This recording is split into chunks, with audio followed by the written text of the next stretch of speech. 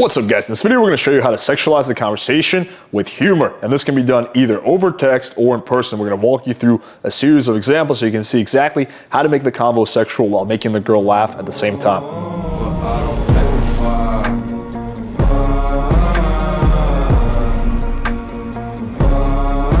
So in my opinion, humor is literally one of the best ways to sexualize a conversation because it allows you to be much more aggressive and forward than you normally could get away with if you're not being funny. And there's two main ways that I will use humor. The first one is innuendos, double entendres. So that's when you're saying one thing, but there's that secret meaning, but she doesn't know if you're actually serious about it or it's a misinterpretation, which leads me to the second point, is when you playfully misinterpret what she says. So she says something and you purposely misinterpret it to mean something sexual. So let's take a look at some examples to really drive these points home. So here's a good one.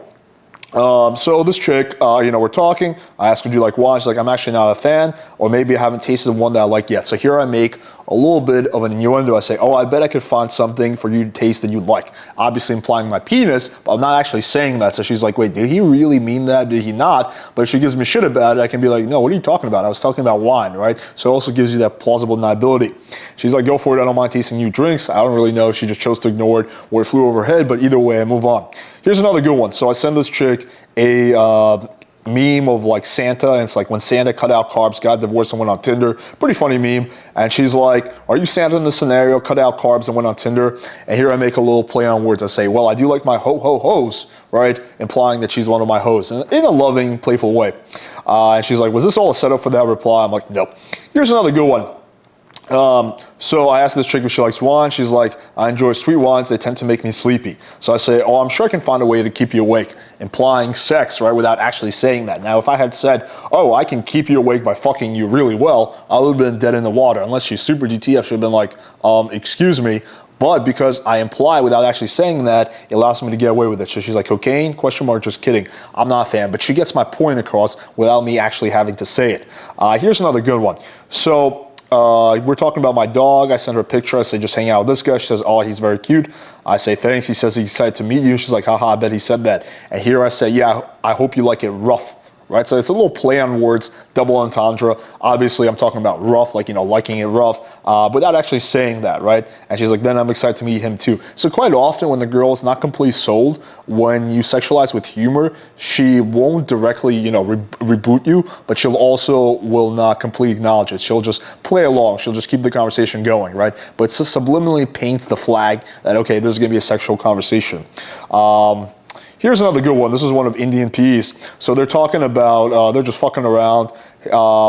She's like, hopefully you're not Zap. Is like, hopefully you're not either, Shaq. Keep tucked and dirty. I love when people call me Shaq. So it's a little inside joke they have. He says, types with one hand while other makes its way down to the forbidden zone. So this is another really good one. You can use asterisk to say that you're doing something. And this is using sarcasm. So this is another good one. Here's a pretty good one. So I ask her what she does. She says, police and you. And she's like, just kidding, I'm a receptionist. So here I riff off that and I say, I was looking forward to the handcuffs and whatnot, implying that, police have handcuffs, blah, blah. She's going to handcuff me. I'm a sex and dating coach. And then I change the topic. That's also another effective technique, especially in real life. Like I'll sometimes make a little double innuendo and say something sexual, and then I'll change the topic. So she can't give me shit about it. I move the conversation forward. Here's another pretty good one. This is going to be our last one. So I ask her, working hard or hardly working? She's like, oh, I've been working 16 hours. I'm done with people. I say, I'll hook you up with a massage if you play your cards right. So this is not so much humor. It's a little bit of a sexual line, a flirty line. It's not so much funny at all, but you can see she gets a good kick out of it. She's like, you're so funny. If I'm going to play my cards at all, it better be an excellent, no 5-second nothing. I say 5 stars on Yelp. So this is a different variation of using humor and flirting to sexualize the conversation. All right, so as I mentioned in the beginning, humor is a very powerful tool, not only for making the girl laugh, but also to sexualize and move the conversation forward. It allows you to get away with a lot of shit that you would not be able to get away with normally if you're being serious. Hopefully you guys found this video valuable. Show us some love by smashing the like button, hitting subscribe, and clicking the bell for notifications. Show us that you have a sense of humor by subscribing to the channel. Thank you guys for watching, and until next time.